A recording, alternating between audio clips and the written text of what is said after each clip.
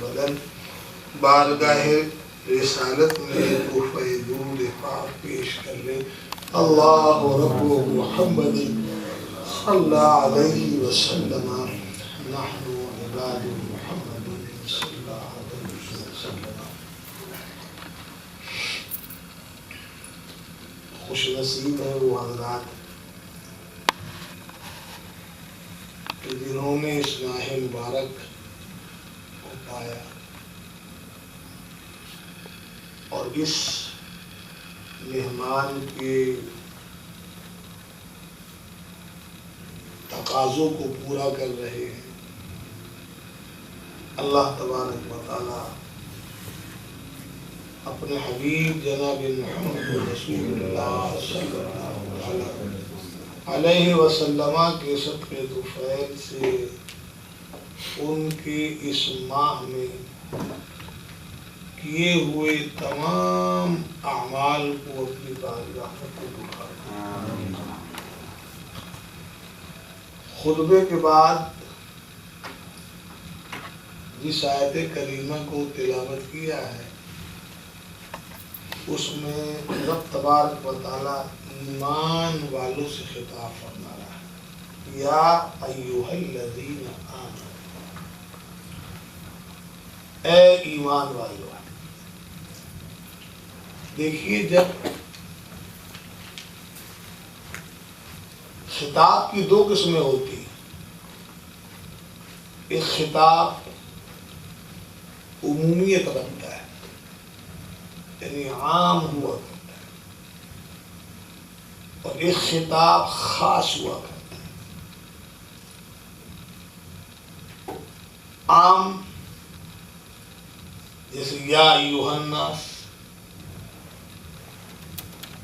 اتقوا ربکم الذی خلقکم من نفس واحدہ۔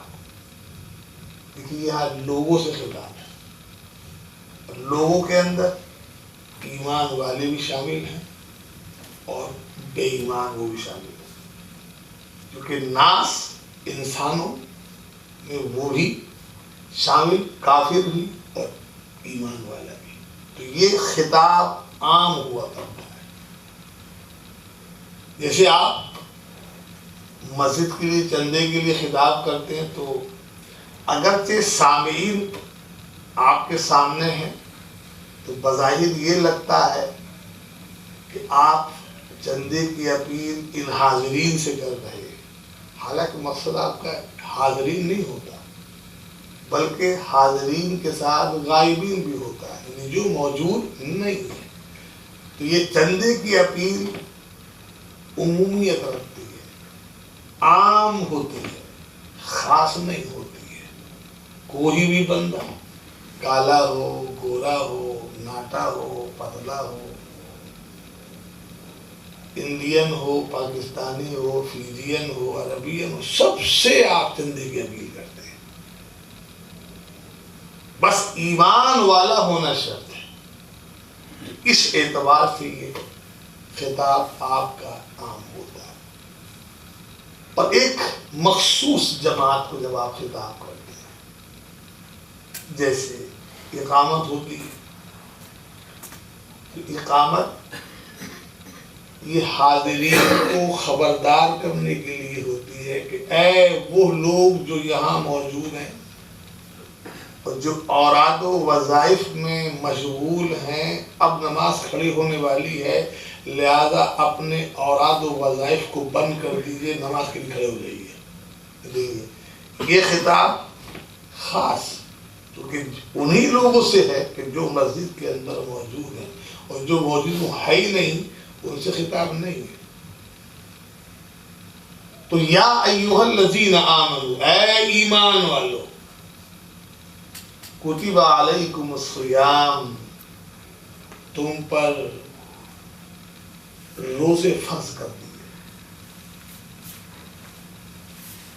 کما کتب علی الذین من قبلکم، اور یہ روزے جو تم پر فرض کیے ہیں یہ ایسے ہی ہیں کہ جس طرح تم سے پہلی جو امتیں تھیں ان پر بھی ہم نے فرض کیے تھے، بس فرق اتنا ہے کہ تم سے پہلی جو امتیں تھیں کسی پر 2 روزے فرض تھے، کسی پر 5 روزہ فرض تھا، کسی پر 3 روزہ فرض کیا، مگر چونکہ تم امت محمدیہ ہو، جس نبی کی امت ہو، جس رسول کی امت ہو، وہ رسولوں کا بھی سردار ہے، تمام رسولوں کا بھی رسول ہے، نبی آخر الزمان ہے، اور تم اس رسول سے وابستہ ہو، تو وابستہ ہونے کی وجہ سے تمہارا مقام دیگر امتوں سے افضل ہے، تو تمہارا نبی وہ بھی افضل اور تم دیگر امتوں سے افضل۔ تو جب ہم نے تمہیں دیگر امتوں سے بڑا کیا ہے اور تمہارے رسول کو نبیوں اور رسولوں کا امام ہم نے بنایا ہے، تو پھر تمہارا کام بھی تو بڑا ہونا چاہیے، بنسبت دوسری امتوں کے تمہارے روزے بھی زیادہ ہونے چاہیے۔ اسی لیے ایام معدودات کہ یہ روزے گنتی کے روزے، گنتی کے روزے کیا ہیں؟ یعنی 1 ماہ کے روزے۔ اب چونکہ ماہ 29 کا بھی ہوتا ہے اور ماہ 30 کا بھی ہوتا ہے، تو اگر ماہ 29 کا ہے تو ایام معدودات کا معنی کیا ہوا؟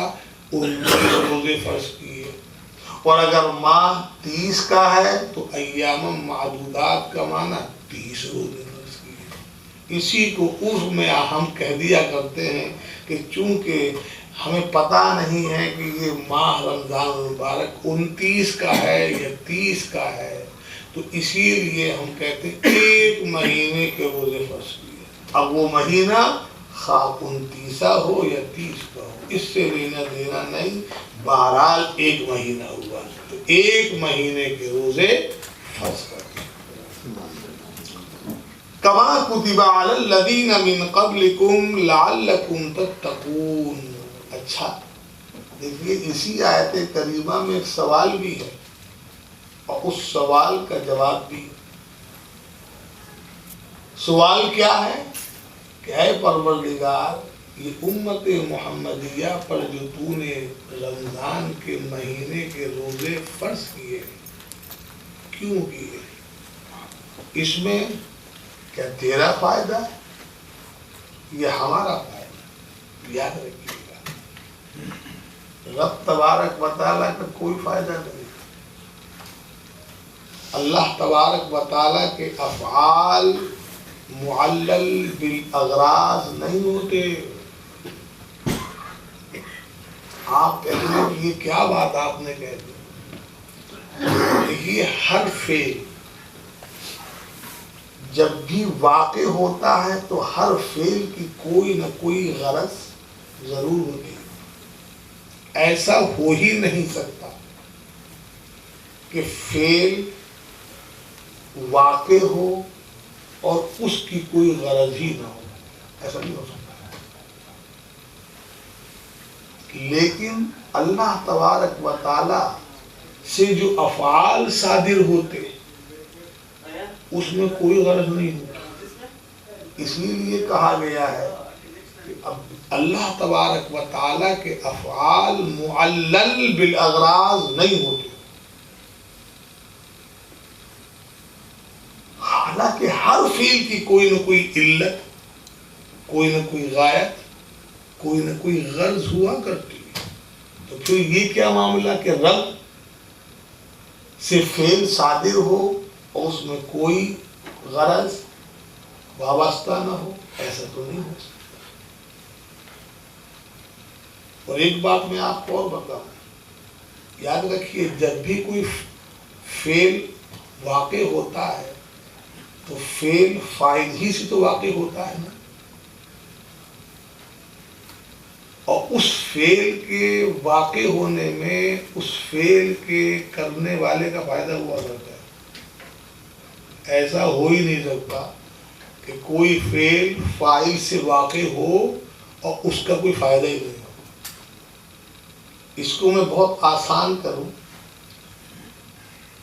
آپ یہاں آئے، یہ آنا ایک فعل ہے، یہ کس سے ہوا؟ آپ سے. تو آپ کون ہوئے؟ فاعل. فعل کے کرنے والے کو فاعل کہا جاتا ہے، اور فعل فاعل ہی سے تو واقع ہوتا ہے نا. آنا آپ ہی سے تو واقع ہوا نا. ارے گھر سے چل کر کے آپ یہاں آئے تو کون آیا؟ ببو آیا یا میں آیا؟ آپ آئے نا. تو آنا فعل اور اس کا کرنے والا کون؟ وہ آپ. تو آپ فاعل ہوئے. تو جب یہ آنا آپ سے واقع ہوا تو کیا ایسا ہو سکتا ہے کہ گھر چھوڑ کر کے اور یہاں مسجد میں آئے تو کوئی فائدہ ہی نہیں ہے آپ کے آنے کے لیے؟ ایسا ہو سکتا ہے کہ آپ جاب کی سے چھٹی لے کر کے اور جمعہ پڑھنے کے لیے یہاں آئے اور آپ کا کی کوئی غرض ہی نہیں ہے، کوئی فائدہ ہی نہیں ہے، کوئی مقصد ہی نہیں ہے. ایسا ہو سکتا یہ نہیں ہو سکتا. تو ہر فعل کی کوئی نہ کوئی غرض، ہر فعل کی کوئی نہ کوئی علت ضرور ہوا کرتی ہے، اور اس کے ساتھ ساتھ وہ جو فاعل اس فعل کا کرنے والا ہے، اس فاعل کا بھی اس فعل میں فائدہ ضرور ہوتا ہے. تو اب جب رب تبارک و تعالیٰ نے روزے فرض کیے، یہ فعل واقع ہوا. اس کی غرض کیا ہے؟ کیوں فرض کیے؟ سوال پیدا ہوا.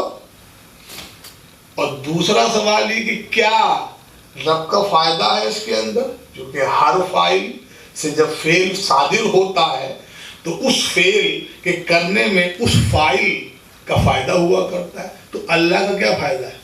روزے ہم رکھیں اور خدا کا فائدہ ہوگا کیا؟ تو یاد رکھیے اللہ تبارک و تعالیٰ کا کوئی فائدہ نہیں اس کے اندر، کوئی فائدہ نہیں، اور نہ اس کی کوئی غرض. کام کرتے ہو تو ایک اندر سے تحریک پیدا ہوتی ہے، یعنی خواہش کہہ لیجیے آپ. وہ خواہش کہتی ہے ببو نماز کا وقت ہو گیا چل. تو یہ جو اندر سے خواہش پیدا ہوئی، اسی خواہش نے تو آپ کو کام پہ سے مسجد میں آنے کے لیے ابھارا. اگر یہ خواہش اندر سے نہ جاگتی، اندر سے یہ خواہش آپ کو کریدتی نہیں ہے، 10 منٹ رہ گئے جلدی چل، تو آپ یہاں آتے نہیں آتے.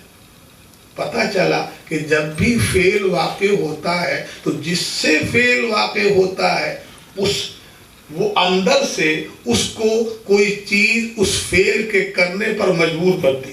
تو کیا رب نے جو یہ رمضان شریف کے روزے ہم پر فرض کیے تو کیا کوئی چیز اس کی بھی تھی کہ جس نے اس کو اس بات پہ ابھارا کہ بندوں پر یہ رمضان شریف کے روزے فرض کیے؟ دیکھیے ایک ہی چیز میں کتنی چیزیں نکلتی چلی جاتی. تو یاد رکھیے گا اسی کو کہا جاتا ہے اللہ تبارک و تعالیٰ کے جب افعال صادر ہوتے اس میں اس کا نہ کوئی فائدہ ہوتا ہے، نہ کوئی غرض ہوتی ہے، اور نہ کوئی چیز اس کو اس فعل کے کرنے پر ابھارتی ہے. کیونکہ اللہ تعالیٰ ان تمام چیزوں سے پاک، لیکن اللہ سے ہٹ کر ہر ایک سے جس سے بھی فعل واقع ہوگا وہاں یہ 2 چیزیں ضرور پائی جائیں گی، 3 چیزیں. کیا؟ کہ جس سے بھی فعل واقع ہوگا کوئی نہ کوئی چیز اس کو اس فعل کے کرنے پر ابھارے گی، تبھی وہ کرے گا، اس سے پہلے نہیں کرے گا. ایک چیز یہ پائی جائے گی. دوسری، جب بھی فعل واقع ہوگا، جس سے فعل واقع ہوگا، تو اس کے فعل واقع ہونے میں اس فاعل کا فائدہ ضرور ہوگا. ایسا نہیں ہو سکتا کہ فعل واقع ہو اور فاعل کا اس میں کوئی فائدہ نہ ہو. اور تیسری بات، ایسا بھی نہیں ہو سکتا کہ کسی سے کوئی فعل واقع ہو اور اس فعل کی کوئی نہ غرض ہو نہ مقصد ہو، ایسا بھی نہیں ہو سکتا۔ تو ہر فعل کے لیے تین چیزیں ضروری، ایک وہ چیز جو اس فعل کے کرنے والے کو ابھارتی ہے، دوسری وہ چیز کہ جب جب فعل واقع ہوگا تو اس کی کوئی نہ کوئی غرض ضرور ہوگی، اور تیسری چیز یہ کہ اس فاعل کا اس فعل کے کرنے میں کوئی نہ کوئی فائدہ ضرور ہوتا ہے۔ یہ تین چیزیں ہوتی ہیں۔ اب آؤ انہی تین چیزوں کو اس آیت کریمہ کے چوکٹے میں فٹ کر کے میں آپ کے سامنے پیش کروں تو یہ تینوں چیزیں آپ کے سامنے آ جائیں گی۔ آپ دیکھیے گا، میں بتا چکا ہوں کہ اللہ تعالیٰ کے فعل ان تینوں چیزوں سے پاک ہے۔ جب پاک ہے تو پھر اللہ تعالیٰ سے فعل صادر کیوں ہوتا ہے؟ تو علماء کرام فرماتے ہیں دیکھو، اللہ کا جب جب فعل صادر ہوتا ہے تو اس میں اس کی تو کوئی غرض نہیں ہوتی ہے، اس کا کوئی فائدہ نہیں ہوتا، ہاں اس کے افعال میں بندوں کے لیے بے شمار حکمتیں ہوتی ہیں، بندوں کے لیے بے شمار مصلحتیں ہوتی ہیں، اور اس حکمت میں اور ان مصلحتوں میں ان بندوں ہی کا فائدہ ہوتا ہے، اسی لیے خدا کے افعال صادر ہوتے ہیں۔ تو یا ایھا الذین آمنوا کتب علیکم الصیام، میں نے اے میرے ایمان والو تم پر میں نے رمضان شریف کے روزے فرض کر دیے۔ تو یہ فرض کرنا یہ فعل صادر ہوا کہ نہیں ہوا؟ اچھا آپ یہ سوچتے ہوں گے، میں اس کو بھی کلیئر کروں تھوڑا سا۔ دیکھو فعل کی کئی قسمیں ہوتی ہیں، ایک فعل ہمارے جوارح سے صادر ہوتا ہے، ایک فعل زبان سے صادر ہوتا ہے، ایک فعل قلب سے صادر ہوتا ہے۔ فعل کی تین قسمیں ہوتی ہیں، اسی لیے بعض افعال کو افعال جوارح کہا جاتا ہے، یعنی وہ فعل کہ جن کا تعلق ہاتھ پیر یا جسم کے کسی بھی حصے سے ہے، کہ اس کو آپ حرکت دیتے ہیں تو حرکت دینے سے وہ فعل صادر ہوتا ہے۔ مثال کے طور پر دیکھیے، میں نے اس مائک کو حرکت دی، یہ حرکت دینا فعل ہے کہ نہیں؟ کون کر رہا؟ میرا ہاتھ۔ میں نے پاؤں کو حرکت دی تو یہ فعل ہو رہا، کون کر رہا؟ پاؤں کر رہا۔ زبان سے میں بول رہا ہوں، یہ فعل صادر ہو رہا، کس سے ہو رہا؟ زبان سے۔ قلب سے بھی فعل صادر ہوتا ہے، یہ کیا ہے؟ لا الہ الا اللہ محمد الرسول اللہ۔ اس کو جب آپ ایکسپٹ کرتے ہو، قبول کرتے ہو، تو دو چیزیں قبول کرتی ہیں، ایک زبان ایک قلب۔ خالی زبان ایکسپٹ کرے اور قلب ایکسپٹ نہ کرے، ایمان والا نہیں ہوگا وہ۔ اور یہ خالی قلب ایکسپٹ کرے اور زبان نہ کرے تب بھی نہیں۔ اسی لیے کہا اقرار باللسان و تصدیق بالقلب، کہ قلب بھی آپ کی تصدیق کرے اور زبان بھی اس کو کہے، اقرار کرے، تب ایمان والا ہوگا نا۔ تو اسی لیے کہا جاتا ہے کہ جو جن چیزوں کا تعلق زبان سے ہے وہ افعال لسان کہا جاتا ہے، یعنی وہ فعل کہ جو زبان کرتی ہے، اور جن فعلوں کا تعلق ہاتھ پیر وغیرہ سے ہے ان کو افعال جوارح کہا جاتا ہے، اور جس فعل کا تعلق دل سے ہے ان کو افعال قلب کہا جاتا ہے۔ اب فعل کی تین قسمیں ہو گئی، ایک فعل ہاتھ پیر سے جو صادر ہوتا ہے، ایک فعل جو زبان سے صادر ہوتا ہے، ایک فعل جو قلب سے صادر ہوتا ہے۔ تو آپ فعل کو صرف یہی نہ سمجھیں کہ ہم جاب پہ سے اٹھے اور یہاں پر آ گئے تو یہ فعل ہوا، نہیں، یہ جو آپ زبان سے جو کچھ آپ کہتے ہیں یہ بھی تو فعل ہے۔ تو یہ یا ایھا الذین آمنوا کتب علیکم الصیام، اے ایمان والو میں نے تم پر رمضان المبارک کے روزے فرض کر دیے۔ تو یہ فعل صادر ہوا، مگر یاد رکھنا رب تبارک و تعالی زبان سے پاک ہے، قلب سے پاک ہے، ہاتھ پیر سے پاک ہے، نہ اس کے ہاتھ ہے نہ پیر ہے نہ جسم ہے، کچھ نہیں، مگر یہ آپ کو سمجھانے کے لیے میں نے بات کہی ہے۔ یہ زبان کو خدا کی زبان پر قیاس مت کر لینا، یہ دل کو خدا کے دل پہ قیاس مت کر لینا، اس لیے کہ اللہ تعالیٰ زبان سے بھی پاک ہے، قلب سے بھی پاک ہے۔ اس ہاتھ پیر کو وہاں قیاس مت کر لینا، اس لیے کہ اللہ تعالیٰ ہاتھ پیر جسم سے پاک ہے۔ یہ صرف آپ کو سمجھانے کے لیے۔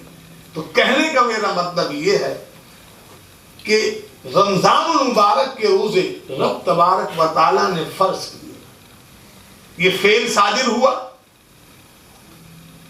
اس میں بندوں کے لیے بے پناہ حکمتیں، بندوں ہی کا فائدہ ہے۔ تو کیا فائدہ ہے؟ یہ سوال پیدا ہوا، اے پروردگار تو نے اپنے بندوں پر جو رمضان کے روزے فرض کیے، یہ تو ہم جانتے ہیں کہ اس میں تیرا کوئی فائدہ ہی نہیں، چونکہ تو اس سے پاک ہے، ہاں بندوں کا فائدہ ضرور ہے، تو وہ فائدہ کیا ہے؟ تو قرآن کریم خود ہی جواب دے رہا، لعلکم تتقون، تاکہ تم تقوی کی زندگی اختیار کرو۔ یہ روزے اس لیے فرض کیے گئے تاکہ تم متقی ہو جاؤ۔ متقی کسے کہتے ہیں بھائی؟ متقی کہتے ہیں ہر وہ شخص کہ جو گناہ کبیرہ اور گناہ صغیرہ سے دور رہتا ہے، بس نیکیاں ہی کرتا ہے، فرائض و واجبات ہی کو ادا کرتا ہے، اس کی زبان سے کوئی ایسا فعل نہیں صادر ہوتا کہ جو دوسرے کی تکلیف کا باعث ہو، اس کے ہاتھ اور پیر سے کوئی ایسی بات صادر ہی نہیں ہوتی کہ جو خلاف شرع ہو، اس کے دل سے کوئی ایسی چیز ثابت ہی نہیں ہوتی کہ جو خلاف شرع ہو، ایسے شخص کو متقی کہا جاتا ہے۔ تو گویا یہ روزہ روزے دار کو متقی بنا دیتا ہے، یہ روزہ روزے دار کو پرہیزگاری کا درس دیتا ہے۔ پرہیزگاری کیا ہے؟ کہ ہر برائی سے دور رہنا اور بھلائیاں کرتے رہنا، نیکیاں کرتے رہنا۔ تو گویا یہ ترغیب اور یہ درس، یہ سبق یہ روزہ ہمیں دیتا ہے۔ اسی لیے اس روزے کی صفت یہ ہے کہ لعلکم تتقون، اے میرے بندو یہ روزہ میں نے تمہارے اوپر اس لیے فرض کیا ہے تاکہ تم تقوی کی زندگی گزارو، کیونکہ تمہیں دنیا میں بھیجنے کا تمہارا مقصد ہی یہی ہے کہ تم وہاں جا کر کے متقی بنے رہو۔ تمہارا دل میری یاد سے کبھی غافل نہیں ہونا چاہیے، تمہارا چلنا پھرنا، تمہارا اٹھنا بیٹھنا، تمہارا سونا جاگنا، تمہارا مہمان بننا اور میزبانی بننا، یہ سب کا سب میرے پیارے حبیب جناب محمد الرسول اللہ صلی اللہ تعالی علیہ وسلم کی شریعت کے مطابق ہونا چاہیے، کیونکہ یہ دنیا صرف تمہارے لیے امتحان گاہ ہے، امتحان گاہ ہے، تمہیں وہاں جا کر کے امتحان دینا ہے، اور امتحان کی مدت مختلف ہے، کسی کی مدت 40 سال لگتی ہے، کسی کی 50 سال لگتی ہے، کسی کی 62 سال لگتی ہے، کسی کی 70 کر دی ہے، کسی کی 75 کر دی ہے، کسی کی 80 کر دی ہے، اور انتہا کسی کی 100 کر دی ہے۔ 100 والا تو ایک ہی دکھ کا کوئی ملتا ہے، ورنہ 100 سے پہلے ہی ان سب کا امتحان ختم ہو جاتا ہے۔ تو میرے دوستو، یا اس دنیا میں آنے کا مقصد بھولو نہیں، یہ ہمارے اور آپ کے لیے امتحان گاہ ہے۔ ہمیں جو یہاں بھیجا گیا ہے، یہاں اچھائی بھی ہے، یہاں برائی بھی ہے، یہاں جنت بھی ہے، یہاں دوزخ بھی ہے، یہاں حلال بھی ہے، یہاں حرام بھی ہے، یہاں جائز بھی ہے، یہاں ناجائز بھی ہے، یہاں شیطان بھی ہے، اور یہاں بزرگان دین بھی ہے۔ اب خود فیصلہ تم کرو کہ تمہیں جانا کدھر ہے، تمہیں شیطانوں کے ساتھ جانا ہے یا رحمانوں کے ساتھ جانا ہے، اچھے لوگوں کے ساتھ رہنا ہے یا برے لوگوں کے ساتھ رہنا ہے۔ تمہیں دونوں راہیں دکھا دی گئی ہیں کہ اے میرے بندو، یہ راستہ جہنم میں جانے والا ہے اور یہ راستہ جنت میں جانے والا ہے، اور تمہارا راستہ جنت والا ہونا چاہیے، جہنم والا نہیں۔ شریعت مطہرہ نے ہمیں ان دونوں راستوں کی خوب آگاہی دے دی ہے، بتا دیا ہے کہ دیکھو یہ راستہ جہنم اور یہ راستہ جنت۔ پھر بھی اس کے باوجود، جاننے کے باوجود ہم جنت کا راستہ چھوڑ کر جہنم کے راستے کو اختیار کریں تو اس میں قصور کس کا ہے؟ ارے اس رب کا کرم دیکھو، آپ امتحان گاہ میں جاتے ہیں اور کوئی نوٹ بھی اگر آپ لے جاتے ہیں تو ایگزامینر اگر اس کی نظر اس نوٹ پر پڑ جاتی ہے تو آپ کو نکال باہر کھڑا کر دیتا ہے۔ کیوں؟ یہ امتحان کے خلاف کی، مگر واہ رب کی مہربانی، اس کا فضل، اس کا کرم، پرچم یا الٹ کر دیا، یہ جہنم ہے، یہ جنت ہے، اس کو چھوڑ کے ادھر جانا ہے۔ پھر بھی ہمارا معاملہ یہ ہے کہ ادھر ہم جاتے ہی نہیں، ادھر ہی جاتے۔ یہ مہینہ آیا ہوا ہے، بتا دیا کہ یہ اتنا باعظمت مہینہ ہے، اتنا متبرک مہینہ ہے کہ جب یہ مہینہ اسٹارٹ ہوتا ہے تو تمام شیاطین کو مقید کر دیا جاتا ہے۔ ایک حدیث پاک کے اندر ہے آسمان کے دروازے کھول دیے جاتے ہیں، ایک دوسری حدیث پاک کے اندر ہے کہ جنت کے دروازے کھول دیے جاتے ہیں اور جہنم کے دروازے بند کر دیے جاتے ہیں۔ ایک اور حدیث پاک کے اندر ہے اللہ اکبر کہ تمام شیاطین خواہ وہ جن ہو سرکش، ان کو مقید کر دیا جاتا ہے، ان کو زنجیروں میں جکڑ دیا جاتا ہے۔ ذرا آپ غور کیجیے، یہ برائی کون کراتا ہے؟ شیطان ہی تو کراتا ہے، مگر یاد رکھیے شیطان کو جبرن برائی کرانے کی طاقت اللہ تعالیٰ نے نہیں دی، وہ صرف برائی کا خیال دیتا ہے، آپ کے دل میں برائی کا وسوسہ ڈالتا ہے، یار کل روزہ مت رکھنا، کیونکہ تو نے کل روزہ رکھا تھا تو تجھ سے کام نہیں ہو رہا تھا تو بہت غصہ کرتا۔